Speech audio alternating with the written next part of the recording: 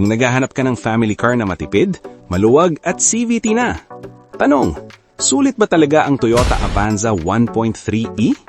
Sa video na to, ipapakita ko kung ano ang meron sa harap, gilid, loob at likod, at yung mga bagay na hindi sinasabi agad ng ahente, at magkano SRP at down payment at monthly sa loob ng 5 years.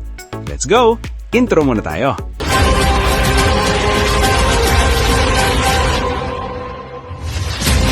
Let's go! Toyota Avanza 1.3 eCVT. Engine type 1.3L 4-cylinder inline dual overhead camshaft dual VVTi. Displacement 1,329 cc. Power 98 PS at 6,000 RPM. Torque 122 Nm at 4,200 RPM. Fuel gasoline. Transmission, CVT automatic. Anong meron sa harapan ng Toyota Avanza eCVT 2026? Windshield at wipers. Salamin at wiper sa harap. Purpose? Clear visibility sa ulan at alikabok. Malapad ang windshield ng Avanza kaya maganda ang view ng driver. Front grille. Ito yung malaking butas, design sa gitna ng harap. Purpose? Pinapapasok ang hangin papunta sa radiator para hindi uminit ang makina. Design-wise, nagbibigay ng mas sporty at modern look. Sa E variant, mas simple ang design kumpara sa G or V variant. LED headlights, split type. Ito ang ilaw sa harap na hiwalay ang pwesto, upper at lower. LED kaya mas maliwanag, mas matipid sa kuryente, mas matagal masira. Purpose, pang-ilaw sa gabi. Mas malinaw ang kalsada kahit maulan. Front bumper.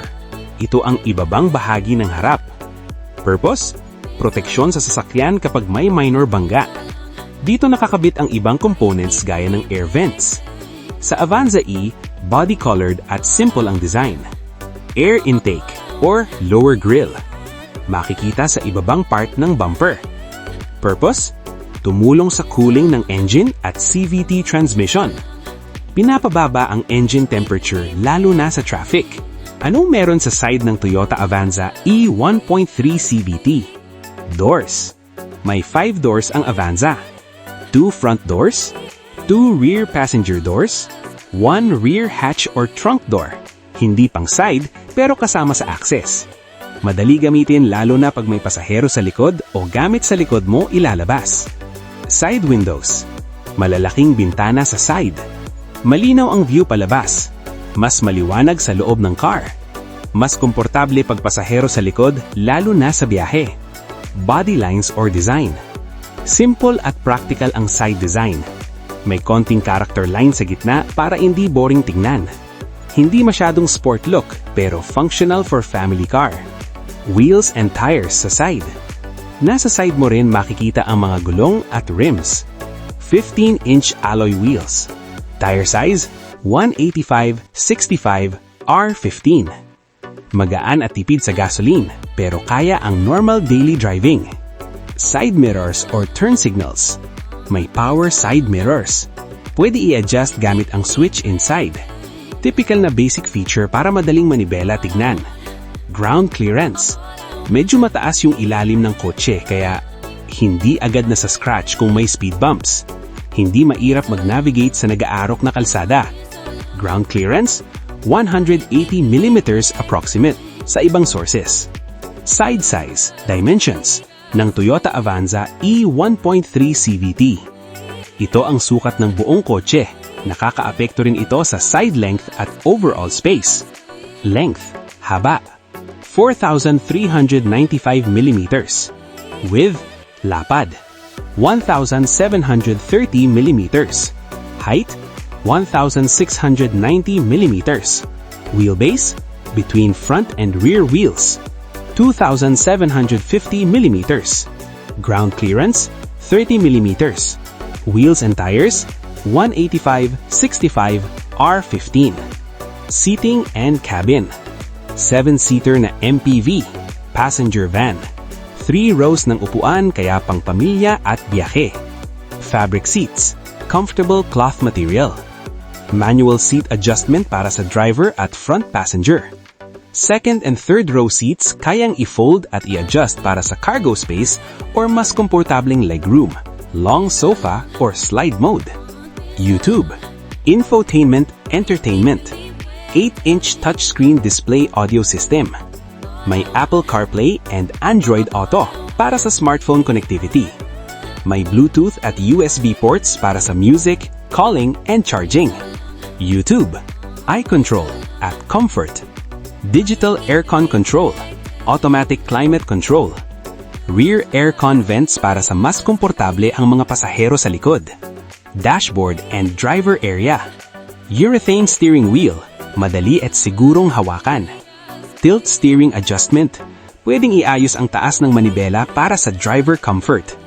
Analog gauge cluster plus digital trip info para malaman mo speed, fuel, at trip data. Convenience and storage. Cup holders at bottle holders sa harap, gitna, at sa doors. USB charging ports, madalas 4 ports para sa phones or gadgets. YouTube, 12-volt accessory outlet sa front area. Glove box, center console storage, at pocket sa doors.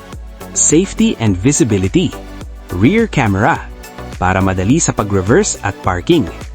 Dual SRS airbags, driver and front passenger. Power windows front and rear. Seat belts with 3-point ELR sa lahat ng seats. ISOFIX child seat anchors para sa car seat ng bata. Likod ng sasakyan. Buy rear combination LED lamps. May rear taillights na LED style. Purpose? Nagbibigay maliwanag at malinaw na signal kapag nag-brake or nag-turn. LED lamp design para mas modern tignan sa likod ng sasakyan. Rear window at rear wiper or washer. May rear windshield at rear wiper or washer. Nililinis ng wiper ang likod na salamin. Mas clear ang view kapag umuulan o madulas ang likod. Rear bumper. Naka-body-colored bumper sa ibaba ng likod. Purpose? Proteksyon sa likod sa minor bumps. Integrated design para sleek ang look. Rear door or tailgate. May tailgate na pwedeng i-lift para sa cargo area. Madaling ilabas at ilagay ang mga gamit. Pang-cargo at pang-pagload ng gamit kapag nagbiyahe. Cargo space, boot area. Space sa likod kapag naka-fold ang third row. Para sa mga malalaking gamit gaya ng luggage, grocery, mga gamit sa outing. Kapag naka-upright seats, maliit lang ang space para sa gamit. Pero enough pa rin sa small items. Rear AC vents for passengers. May mga vents sa likod, sa second row area. Para mas malamig ang hangin sa back passengers lalo sa long rides. Headrests and seatbelts. May headrests at seatbelts para sa bawat seat. Safety para sa third row passengers kapag may sakay. Reverse aid, assistance. Rear camera. Mayroong back camera. Para nakakakita ka sa likod sa display ng screen habang nagbabalik. Reverse. Mas safe kapag nagpapark. Back sensor. May rear parking sensors.